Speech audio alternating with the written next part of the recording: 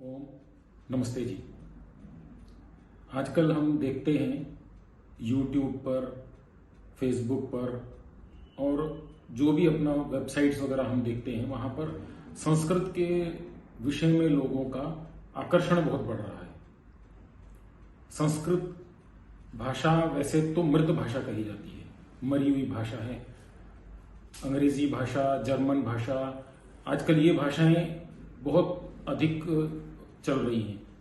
तो संस्कृत भाषा को उतना सपोर्ट नहीं मिल रहा है, संस्कृत भाषा उतनी बढ़ नहीं पा रही है, मृत भाषा कही जाती है।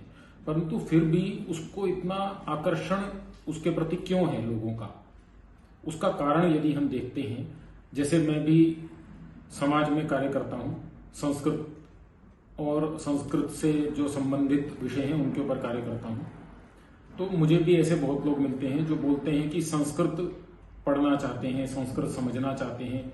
और यदि आप समाज में देखेंगे तो एक व्यक्ति है इंग्लिश बोलने वाला, अंग्रेजी बोलता है, जो एक व्यक्ति है जर्मन भी बोलता है, और अपनी अपनी भाषाएं लोग जो अपनी मूल भाषा है उसमें बात करते हैं, और एक व्यक्ति है जो संस्कृत बोलता है।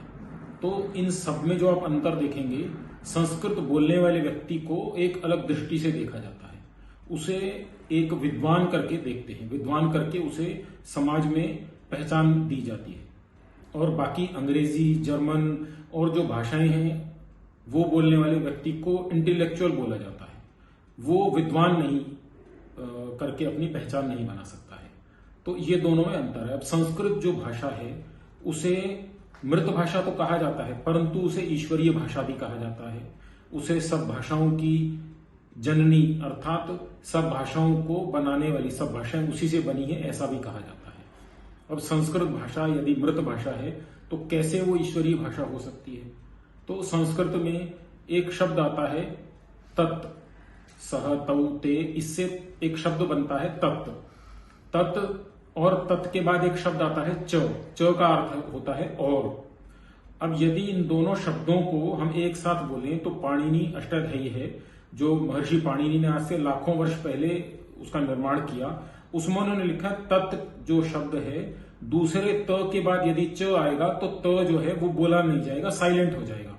जैसे अंग्रेजी में हम बोलते हैं ऑनेस्ट, HONEST, तो H साइलेंट है, परंतु H क्यों साइलेंट है वो किसी को मालूम नहीं है। परंतु इसमें महर्षि पाणिनि ने एक सूत्र दिया है, उस सूत्र में उन्होंने बोला है कि दूसरा जो त आएगा उसके आगे यदि च आता है तो साइलेंट होता है। ठीक है, हमने मान लिया साइलेंट होता है, परंतु अगर हम यदि साइलेंट किए बिना बोलने का प्रयास करें, क्या ये संभव है?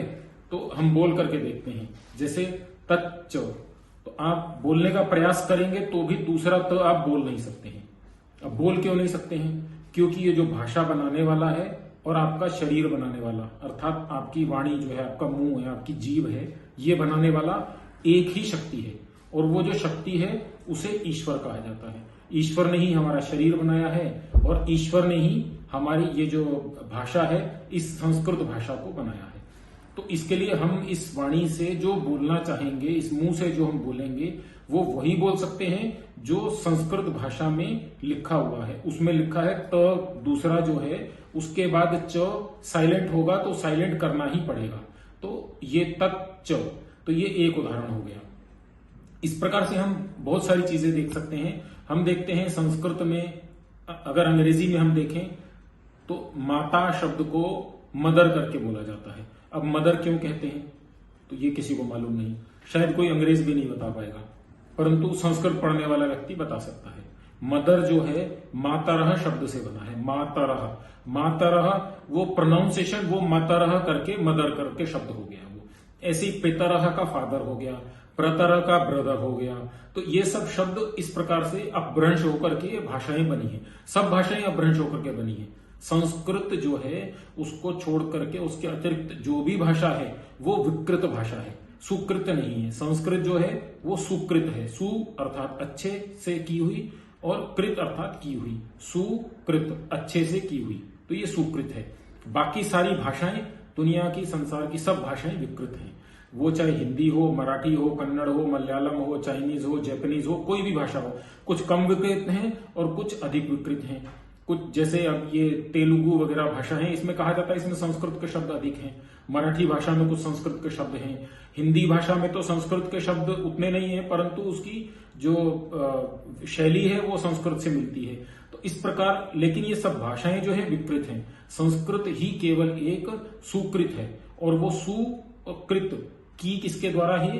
वो की है ईश्वर के द्वारा, जिसने हमारे शरीर को बनाया है, उसी ने ही वो भाषा बनाई है। यदि आप ईश्वर से बात करना चाहते हैं तो वो अंग्रेजी में नहीं कर सकते, आपको संस्कृत में ही करनी पड़ेगी। हिंदी में नहीं कर सकते, मराठी, मलयालम, तेलुगु, तमिल, किसी भाषा में नहीं, वो केवल संस्कृत में ही करनी पड़ेगी। संस्कृत बोलने से, यदि हम देखेंगे, संस्कृत बोलने से हमारी ब्रेन की जो कुछ कोशिकाएं वो एक्टिवेट होती हैं, हमारी याददाश्त बढ़ती है, हमारी मेमोरी पावर बढ़ती है, याद करने की शक्ति बढ़ जाती है। संस्कृत आप पढ़ेंगे, आपका मुंह का प्रोनाउंसिएशन बहुत अच्छा प्रॉपर होता है, बहुत सारी बाकी जो चीजें मिलती हैं वो होता है, आपका शरीर का प्राणायाम होता है। जैसे हम एक मंत्र बोलते हैं, ऋग्वेद का सबसे पहला मंत्र है ओम अग्निमीळे पुरोहितम यज्ञस्य देवम मृत्विजम होतारम रत्नधातमम।